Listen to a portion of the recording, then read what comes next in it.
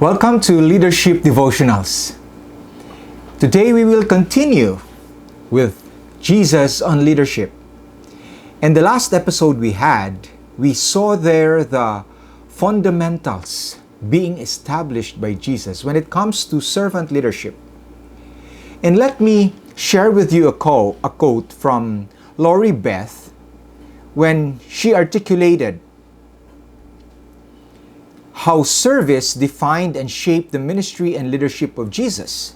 She wrote this: Jesus, the leader, served his people. Most religions teach that we are put here to serve God. Yet, God is offering to serve us. Some people are shocked by the inference that God serves his people, that God serves us. Yet this one, Jesus, who represented God, who was imbued with all the power of God, walked up to people and asked, "How can I help you?" That is the God that we serve. That is Jesus in his leadership model for all of us. And so, as I've said a while ago, the fundamentals of servant leadership has been laid down by Jesus. But servant leadership, as Jesus modeled it, does not stop there. The notion of service inherent in the word diakonos means Christian leaders will follow Jesus whenever he leads them, and even if it leads to the foot of the cross. That's why for our episode today, we will be talking about Jesus on Leadership 3, and this will be about from servants to friends. As Jesus prepared to offer his life in sacrifice, he desired to convey an important truth about service. He appealed to the imagery, the imagery of a kernel of wheat, that small kernel of wheat dying on the ground in order to grow up and become more productive. Jesus informed his disciples that anyone who loves his life will lose it, while anyone who hates their life in this world will keep it for eternal life. Of course, this doesn't mean that you have to commit suicide.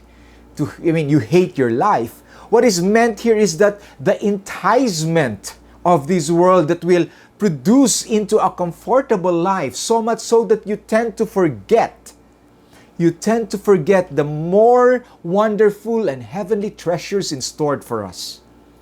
This is what Jesus is meant here when he said this, that anyone who loves their life will lose it, while anyone who hates their life in this world will keep it for eternal life.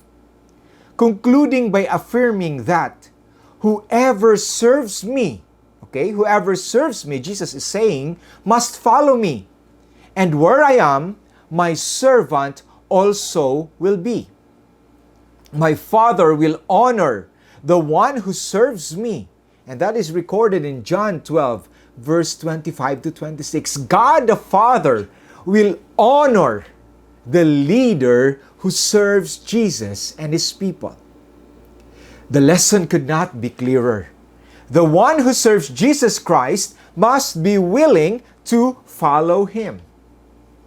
The leadership that Jesus has modeled is a leadership of service and sacrifice. That is the very essence of servant leadership. But there is more to that. Here, Jesus said in John 15, verse 14 to 15, and this is very pivotal here in our servant leadership. He says, "You are my friends if you do as I command you." Remember that. You are my friends if you do as I command. I no longer call you servants, Brothers and sisters, fellow leaders, this is the transformation from servants to friends.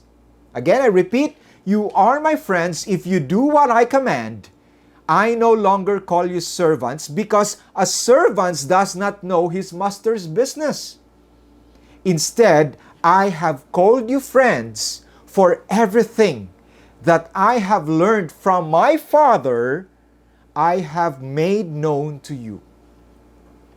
Because I have mentored you in this model of leadership, because I have taught you in this way of leading people, because I have coached you how to go about with your leadership journey, and these things that I have taught you came from my Father, I no longer call you servants, but you are now my friends.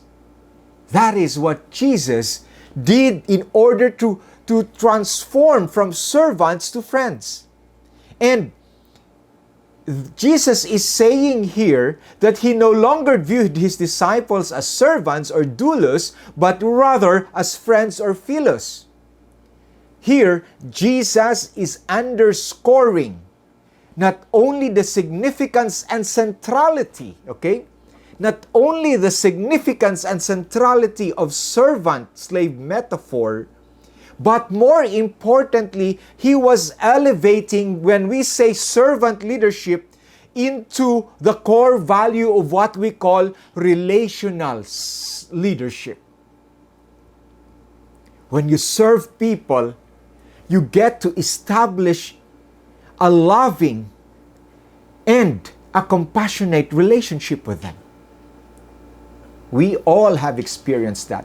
When you serve people, there is a feeling of accomplishment and joy in us when we do that, when we do good for others. And here, Jesus is underscoring that this is the core value of what you call relational leadership. To the extent that Christian leaders continue to encourage one another. They encourage one another in love, because we know that the character of God is love. And so when we encourage one another in love, we develop a stronger bond of relationship. And in that strong band of relationship comes the effectivity of leadership, of servant leaders.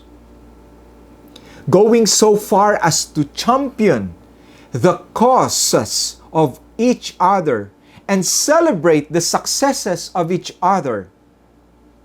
And when we do these things, champion the cause of another, celebrate the success of another, backbiting and ugly striving for position will be minimized or even will be gone, if not eradicated altogether.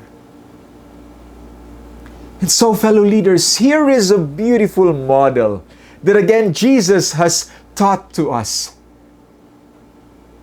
Core in the value of servant leadership is relationship. Relationship by the leader to his followers, and by his followers to the leader. And that relationship is founded in the character of God, which is love. That is the call and challenge of Christian leadership. It is not lording over people. It is not exercising your authority and power over people. It is not puffing up your shoulders and chest and saying that I am in charge. But rather, it is taking care of those in your charge. Yes, that is the call and challenge of Christian leadership. Because when you take care of people who are in your charge, then definitely they are your friends. A leadership model that is both radical and transforming to the core. But you know what? It will take the grace of God, the grace that you experience as a leader, having been, overflowing with grace from God. Once we experience that grace, it is that grace that will empower us to be relational with the other people. You can search out here in our previous episodes. Only a leader who has experienced God's grace will also be a gracious leader. He will be a transformational leader. He will be a relational leader. He will be a true servant leader, serving, establishing relationship, and all together encouraging one another, championing the cause of each other, and celebrating each other's success. All in the spirit of love. Fellow leaders, may this be your leadership model as you continue on to serve God in whatever leadership capacity you are in. God bless you. Hello, fellow leaders. If you have been blessed with the devotional that you have just heard, don't forget to like, share, or subscribe. Because when you do that, more people, more leaders will be blessed with the same blessing that you have experienced. In YouTube channel, click subscribe to Good Shepherd Consultants. God bless you.